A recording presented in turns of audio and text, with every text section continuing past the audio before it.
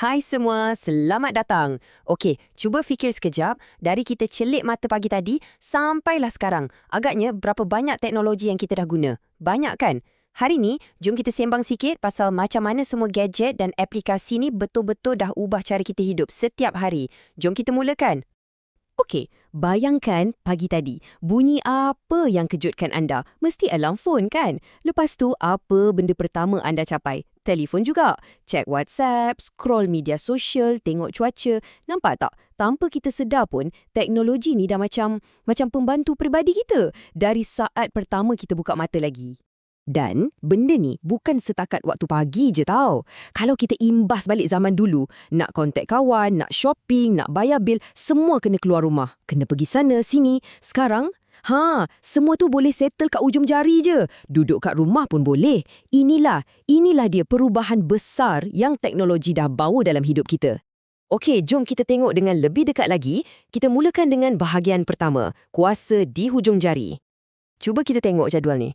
Memang jelas sangat. Boleh kata semua benda penting dalam hidup kita sekarang ni ada versi digital dia. Nak bersembang, ada WhatsApp, Telegram. Nak belajar, ada Google Classroom, YouTube. Nak beli barang, bayar bil, semua online. Sampai nak cari jalan pun, kita guna Waze. Rasanya memang tak ada satu sudut pun dalam hidup kita yang teknologi tak sentuh kan? Baiklah, kita dah nampak betapa meluasnya penggunaan teknologi. Sekarang kita masuk bab kebaikan dia pula. Macam mana ia buat dunia kita jadi lebih pantas? Apa sebenarnya manfaat-manfaat utama yang kita dapat? Yang pertama sekali, dan mungkin yang paling penting, jimat masa. Cuba bayangkan berapa banyak masa yang kita dah jimat sebab tak payah lagi nak beratur panjang kat bank atau hadap jam semata-mata nak pergi kedai. Masa yang kita dapat balik tu kan, boleh guna untuk benda lain yang lagi best. Macam luangkan masa dengan keluarga ke, kan? Lepas tu, komunikasi. Wah, yang ni memang laju macam kilat. Hantar mesej ke, gambar ke, video call dengan orang yang duduk kat benua lain, semua boleh jadi dalam sekelip mata je. Benda ni bukan setakat mudahkan kita nak berhubung dengan kawan-kawan dan keluarga, tapi untuk kerja pun sama. Semua jadi lebih cepat, lebih efisien.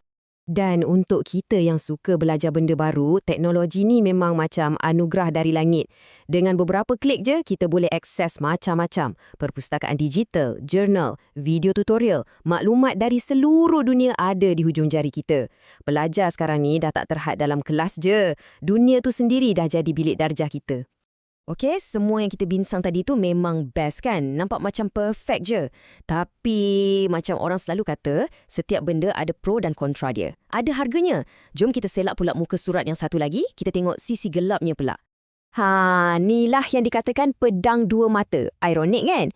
Benda yang sama yang sepatutnya jimatkan masa kita boleh jadi punca utama kita membazir masa. Scroll tak henti-henti. Teknologi yang sama yang boleh hubungkan kita dengan kawan lama kat luar negara boleh buat kita tak bertegur sapa dengan orang yang duduk semeja dengan kita. Inilah dilema besar zaman sekarang.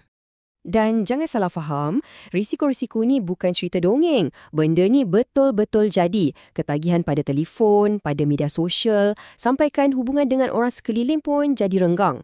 Belum lagi cakap pasal kesan pada kesihatan. Mata jadi penat, badan kurang bergerak. Inilah realiti yang ramai orang tengah hadapi sekarang ni. Jadi, apa kita nak buat? Nak buang semua teknologi ni? Tak mungkinlah kan? Kuncinya bukan untuk tolak teknologi, tapi untuk cari keseimbangan. Macam mana nak guna teknologi ni dengan cara yang lebih bijak? Jom kita bincangkan. Jadi, apa maksudnya guna secara bijak dan seimbang ni? Senang cerita macam ni. Kita yang jadi bos, bukan teknologi tu. Kita guna semua kebaikan dia, tapi pada masa yang sama, kita tahu bila nak kata cukup. Kita letak had supaya benda ni tak mula kontrol hidup kita dan jejaskan kesihatan fizikal dan mental kita. Petikan ni bagi saya merumuskan segalanya dengan sangat baik. Memang tak boleh dinafikan teknologi ni sangatlah penting dalam hidup kita. Tapi tanggungjawab untuk pastikan penggunaannya tu sihat dan seimbang terletak 100% atas pahu kita sendiri. Itulah poin paling penting. Jadi, sebagai penutup untuk perkongsian kita kali ni, saya nak tinggalkan anda semua dengan satu soalan. Cuba tanya diri sendiri dengan jujur. Dalam hidup anda sekarang, andakah yang kawal teknologi atau teknologi yang sebenarnya tengah kawal anda? Fikir-fikirkanlah, jawapan tu ada pada diri kita masing-masing. Terima kasih banyak sebab sudi luangkan masa bersama saya.